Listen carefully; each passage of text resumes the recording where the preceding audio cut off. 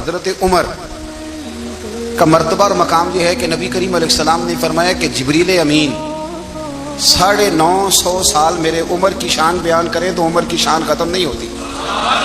950 سال اگر حضرت جبریل بھی بیان کریں تو یہ مقام ہے سیدنا فاروق اعظم کا۔ نبی کریم صلی اللہ تعالیٰ علیہ وسلم نے فرمایا کہ میں نے خواب دیکھا ہے، کچھ لوگوں کو میں نے قمیضیں پہنے ہوئے دیکھا، کچھ کی قمیضیں ناف تک تھیں، کچھ کی پیٹ تک تھیں اور کچھ کی گھٹنوں تک تھیں۔ عمر میں نے تمہیں بھی دیکھا ہے، تمہاری قمیض تو پیروں سے ٹکرا رہی تھی۔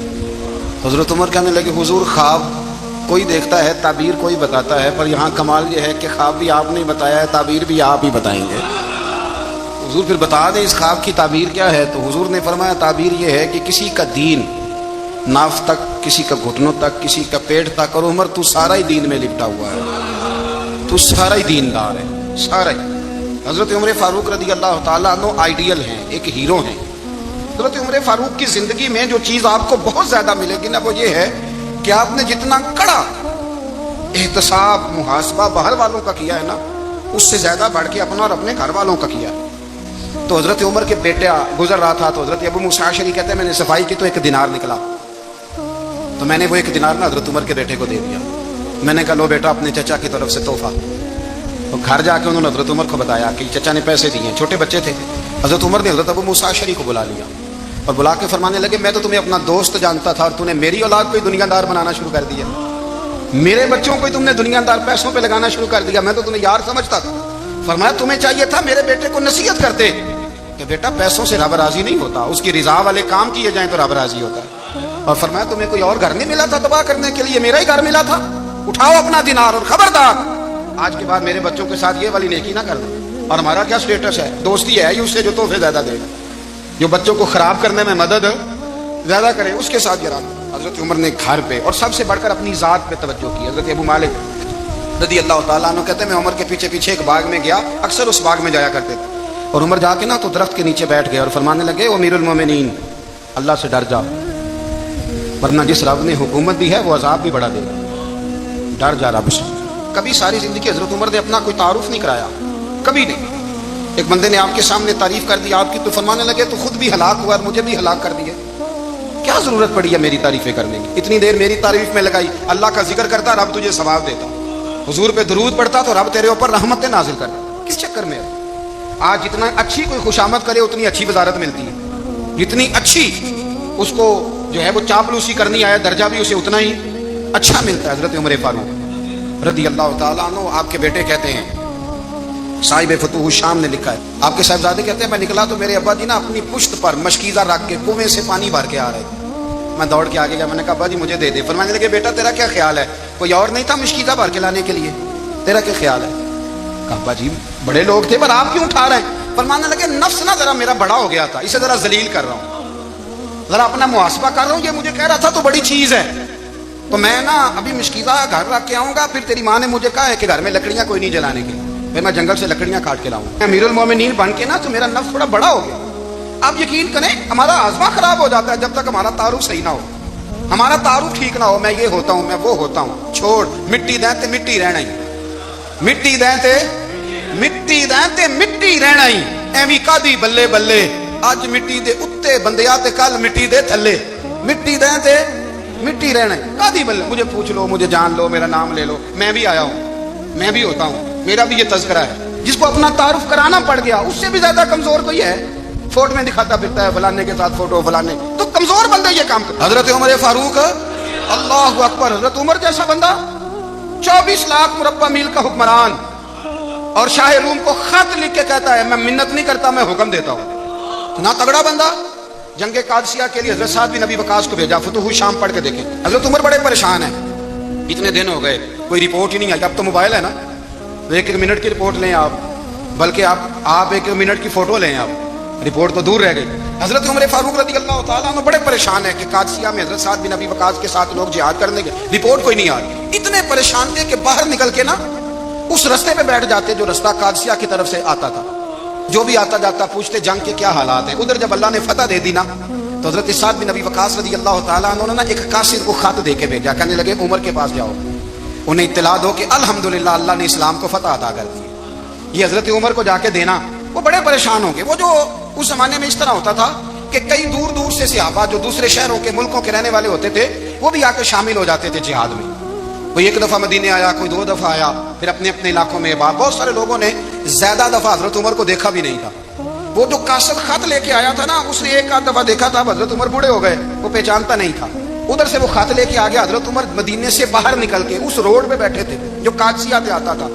جب اس آدمی کو آتے دیکھا تو حضرت عمر اٹھ کے کھڑے ہو گئے، فرمانے لگے قادسیہ سے آ رہے ہو؟ وہ کیا کہتا ہے؟ پھٹے پرانے کپڑے، ٹوٹے ہوئے جوتے، سر پہ پرانی پگڑی، کہنے لگے غلام مدینے کے رہنے والے ہو؟ حضرت عمر کہنے لگے ہاں مدینے کا ہوں۔ کہا میں قادسیہ سے آیا ہوں، الحمدللہ اللہ نے اسلام کو فتح دے دی ہے، الحمدللہ کفر کی کمر ٹوٹ گئی ہے۔ اس نے یہ بات کر کے تو گھوڑے کو ایڑی لگائی، گھوڑا دوڑنے لگا مدینے کے، حضرت عمر بھی ساتھ ساتھ دوڑ رہے ہیں۔ فرمانے لگے اچھا بتاؤ خالد بن ولید کا کیا حال ہے؟ تھوڑا آگے جا کے فرمانے لگے اسامہ بن زید کیسے ہے؟ وہ کہتے ہیں ٹھیک ہے۔ پھر اس نے اور گھوڑا، عمر ساتھ ساتھ دوڑ رہے ہیں، ساتھ ساتھ 24 لاکھ مربع میل کا حکمران، ایک جوتا پیر سے نکل گیا، عمر دوڑ رہے ہیں۔ آگے جا کے پوچھتے ہیں سعد بن ابی وقاص کا کیا حال ہے؟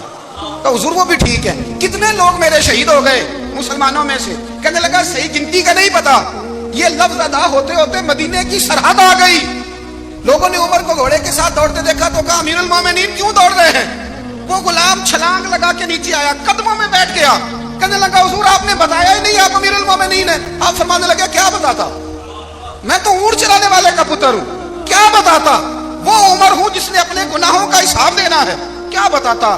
جو سعد بن ابی وقاص کو جہاد پہ بھیج کے خود بزدلوں کی طرح گھر میں بیٹھا ہے، کیا بتاتا؟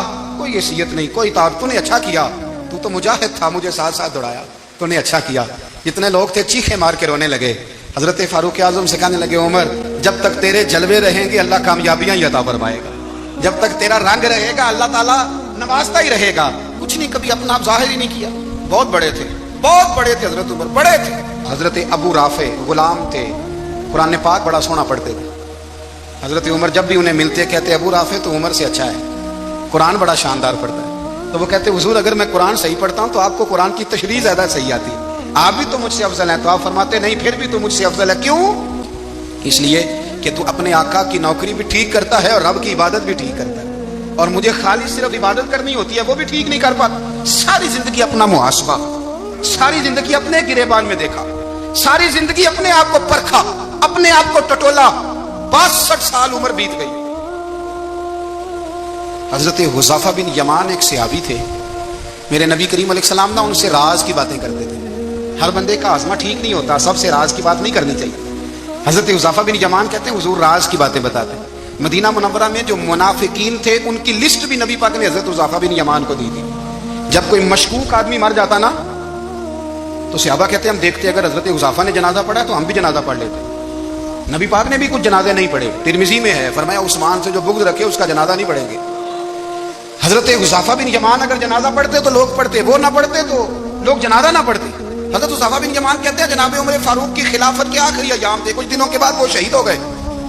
فرماتے ہیں آدھی رات کا وقت تھا، میں گھر میں سویا تھا بڑا بے فکر، اچانک میرے دروازے پہ دستک ہوئی، میں گھبرا کے اٹھا، اتنی رات کو کون آیا؟ کہتے ہیں قربان جاؤں، دروازے پہ گیا تو امیر المومنین فاروق اعظم دروازے پہ۔ میں نے کہا عمر کوئی حکم تھا تو مجھے بلا لیتے۔ کہنے لگے میں نا امیر بن کے نہیں آیا، تیرا ویر بن کے آیا ہوں۔ امیر المومنین کی حیثیت سے سرکاری کام سے بلاتا تو وہاں بلاتا، مجھے ایک ذاتی کام پڑ گیا۔ کہتے ہیں میں نے عمر کو گھر کے اندر بلا کے چارپائی پہ بٹھایا، میں نے کہا حضور میں غریب آدمی ہوں، میں کیا آپ کے کام آ سکتا ہوں؟ تو کہتے ہیں انہوں نے نا مجھے ساتھ بٹھا لیا، پھر میرا ہاتھ پکڑ لیا، کہنے لگے تو عمر کو جانتا ہے؟ عمر جھوٹ نہیں بولتا، تو جانتا ہے عمر وعدوں کا پکا ہے؟ کہا حضور جانتا ہوں۔ کہا میں اس وقت آیا ہوں جب دیکھ بھی کوئی نہیں رہا۔ حضرت حذیفہ بن یمان کہتے ہیں پریشان ہو گیا، حضور پہلیاں نہ بجھوائے، مہربانی کر بتائیں کدھر آئے ہیں؟ حضرت عمر فاروق فرمانے لگے 62 سال کا ہو گیا ہوں، 63 میں چل رہا ہے، داڑھی سفید ہو گئی ہے، پھل پک گیا، اٹھ فریدہ ستیا، داڑھی آ گئی پور، اگا نیڑے آ گئی، پیچھا رہ گئی دور، اب نا اب قبر اشر کا معاملہ صاف نظر آنے لگا ہے۔ کہا حضور مجھ سے کیا چاہتے ہیں؟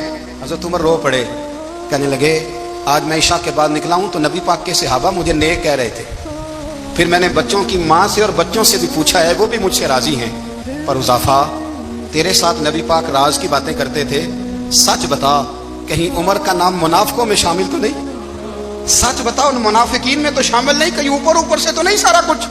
حضرت حذیفہ بن یمان کہتے ہیں میں باپ کے مرنے پہ اتنا نہیں رویا جتنا عمر کے سوال پہ رویا.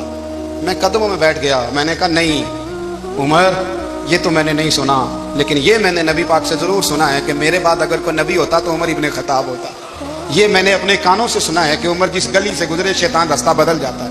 یہ میں نے اپنے کانوں سے سنا ہے کہ 950 سال حضرت جبریل جناب عمر کی شان بیان کریں تو پھر بھی بیان نہیں ہو سکتا. یہ میں نے ضرور سنا. دوستو, ساری زندگی حضرت عمر نے اگر دوسروں کا محاسبہ کیا تو اپنا اور اپنے بچوں کا بھی کڑا خیال رکھا. کہ بچے دونوں کاروبار کے لیے مصر گئے, ایک بہت بڑا قافلہ گیا مدینے سے مصر تجارت کے لیے. تو یہ گئے تجارت کے لیے, تو حضرت عبداللہ ابن عمر, حضرت عبید اللہ ابن عمر, حضرت عمر کے دونوں بیٹے گئے. جناب عمر فاروق کے بچے جب وہاں پہنچے, بچے ہیں شہزادے ہیں, وہ کاروبار کرنے گئے, اور وہاں بتایا گورنر صاحب نے کہ یہ فاروق اعظم کے بچے امیر المومنین کے. لوگوں نے ان سے زیادہ مال خریدا, تجارت میں زیادہ نفع ہوا. ظاہر ہے کہ وہ آپ کے جو اللہ خیر کرے حکمران ہیں, ان کے کاروبار کتنے ملکوں میں ہیں, کس بنیاد پر ہیں؟ صرف اس بنیاد پر کہ وہ حکمران رہے, ان کے لیے آسان تھا بڑے لوگوں سے تعلقات بنانا. حضرت عمر فاروق رضی اللہ تعالیٰ عنہ کے بچے ڈھیروں مال کما کے جب واپس آئے نا, تو حضرت عمر سے آ کے بچوں نے بطور محبت کا, ابا جی اللہ نے بڑا ہی فضل کیا ہے, بڑا مال کمایا الحمدللہ, یہ دیکھیں کتنا نوازا ہے. تو حضرت عمر کہنے لگے سارے قافلے نے اتنا ہی کمایا ہے, سارے قافلے نے اتنا ہی کمایا ہے؟ تو حضور نہیں, سارے قافلے نے اتنا نہیں کمایا, سب کو اتنا نہیں ملا. وہ تو وہاں گورنر صاحب نے لوگوں کو تعارف کرایا تھا کہ یہ عمر کے بچے ہیں, تو لوگوں نے پھر ہم سے بڑا ہی خریدا. تو حضرت عمر فرمانے لگے ٹھیک ہو گیا, میں بات سمجھ گیا, اس طرح کرو جو تمہاری اصل زر تھی نا, جو راز تھی وہ رکھ لو, اور باقی سارا مال مال خزانہ میں جمع کرا دو. اس لیے کہ یہ تم نے تجارت نہیں کی, یہ تم نے اپنے باپ کا نام بیچا ہے, یہ تم نے امیر المومنین کے بیٹے ہونے کا فائدہ اٹھایا ہے. فرمایا یہ تمہارا نہیں حق, یہ مسلمانوں کا ہے, اس لیے کہ یہ مال تم نے محنت سے نہیں کمایا, یہ باپ کی کرسی کا فائدہ اٹھایا ہے. اور فرمایا اگر تم نے مال جمع نہ کرایا تو میں مال بھی لے لوں گا زبردستی, اور کوڑے بھی ماروں گا, ڈبل سلا دوں گا. مرضی سے جمع کراؤ گے تو کوڑوں سے بچ جاؤ گے. بڑے بیٹے نے تو جمع کرا دیا, تو چھوٹا تھوڑا پریشان ہوا. تو حضرت عبداللہ ابن عمر چھوٹے بھائی کا ماتھا چوم کے کہنے لگے بیٹے چپ کر کے جمع کرا, یہاں بھی فخر کر کے ہم عمر کے بیٹے ہیں, اور قیامت میں بھی فخر کریں گے کہ ہم فاروق اعظم کے بیٹے ہیں. یہاں بھی ناز کریں گے اور وہاں بھی ناز کریں گے کہ عمر کے بچے ہیں. ہمارے باپ نے خود بھی حلال ہی کھایا ہے, اور جب ہماری کمانے کی باری آئی ہے تو ہمیں حکم بھی حلال کھانے کا دیا. بھائی ہمارا مزاج نہیں. ملک شام سے اور ایران سے کچھ لوگ آپ کی خدمت میں آئے, تو وہاں سے کچھ کنیزیں بھی آئیں, ان کے بادشاہ کا پیغام لے کے. شاہ ایران کی کنیز کو ملکہ نے کہا کہ نا حضرت عمر کی زوجہ کو دیکھ کے آنا ذرا کس طرح کی ہے. ہمارے ملک میں کیا کہتے ہیں, خاتون اول, باقی سارے دووں میں خاتون اول, ذرا خاتون اول کو دیکھ کے آنا. تو وہ جب آئی نا گھر میں ملنے, تو کہا کہ مجھے میری ملکہ نے کہا تھا کہ عمر کی زوجہ سے اہلیہ سے ملاقات کر کے آنا. تو حضرت عمر کی اہلیہ نے نا ایک جوڑا کپڑوں کا دے دیا ملکہ کے لیے, اور ایک خوشبو کی شیشی دے دی. اب جب وہ تحفے وہاں گئے تو اس ملکہ نے نا کچھ سونے کا سامان بھیجا, کچھ زیورات بھیجے, کچھ تحائف بھیجے. جب حضرت عمر کے گھر آئے نا, وہ خادم لے کے آیا, اس نے کہا جی آپ کی اہلیہ نے تحفے بھیجے تھے. تو جواب میں شاہ ایران کی بیوی نے, یہاں جس ملک کا وہ سفیر تھا, انہوں نے بھی یہ بھیجے. تو حضرت عمر فاروق نا وہ تحفے لے کے گھر گئے, تو جا کے کہنے لگے اپنی اہلیہ سے, یہ تو کب سے تحفے تحائف بھیجنے لگ گئی ہے, یہ کب سے نظام شروع ہو گیا؟ تو کہ حضور تحفہ دینا لینا تو ٹھیک ہے, سنت ہے, محبت بڑھتی ہے, تو یہ کوئی قباحت نہیں, اور میں نے اپنی ذاتی استعمال کے لیے جو چیزیں رکھی تھی وہ میں نے دی ہیں. تو حضرت عمر فاروق رضی اللہ تعالیٰ عنہ فرمانے لگے ہم نے کسی ملک کے ساتھ اور اس کے بادشاہ کے ساتھ ذاتی تعلق نہیں بنانا, تعلق جو بھی بنے گا رسول اللہ کے دین کی برکت سے بنے گا. ذاتی رشتے نہیں ہم نے قائم کرنے, ذاتی. آپ کے ملک کی جو ایئر لائن جس کا ہر سال خسارے کا ڈنڈورا پیٹا جاتا ہے نا, وہ ہمارے بادشاہ صاحب اور صدر صاحب اگر غیر ملکیوں کو گھوڑا کبھی بھیجنا ہو نا, گھوڑا, تو پورا ایک جہاز گھوڑا لے کے تحفے میں جاتا ہے, پورا جہاز. غریب قوم کا یہ سرمایہ, اور قوم بڑی بادشاہ ہے, لائنوں میں لا کے ووٹ دیتی ہے. دو کام ہمیشہ لائن میں لگ کے کرنے, ایک بل لائن میں لگ کے جمع کرانا ہے, اور ایک ووٹ لائن میں لگ کے, تاکہ پھر پورے 5 سال لائن میں ہی لگے رہیں. مرضی سے آپ ووٹ دینا, پر جو بات درست ہے اس کو سنو. حضرت عمر فاروق رضی اللہ تعالیٰ عنہ نے اپنی اہلیہ سے پوچھا کتنے کا تھا وہ تیرا جوڑا اور خوشبو کی شیشی؟ انہوں نے کہا 3 دینار کی. فرمایا یہ 3 دینار تیرے, اور باقی جو تحفے آئے ہیں وہ تو خود کہہ, چونکہ اس نے تیرے نام بھیجے ہیں, تو کہہ کہ میں مال غنیمت میں دیتی ہوں, تو کہہ میں مسلمانوں کو کہہ. تو زوجہ ہنس پڑی, کہنے لگی میں نام ہی کہوں تو مجھے کہنا تو پڑے گا ہی, کہنا تو میں نے ہے ہی, کیونکہ سامنے عمر فاروق ہیں, لہذا فرمایا کہہ دیتی ہوں میں نے دیا خزانے کو. حضرت عمر نے جمع کرا لیا. یہ کیا بات, میرے گھر والے جو مرضی کریں, ان کا معیار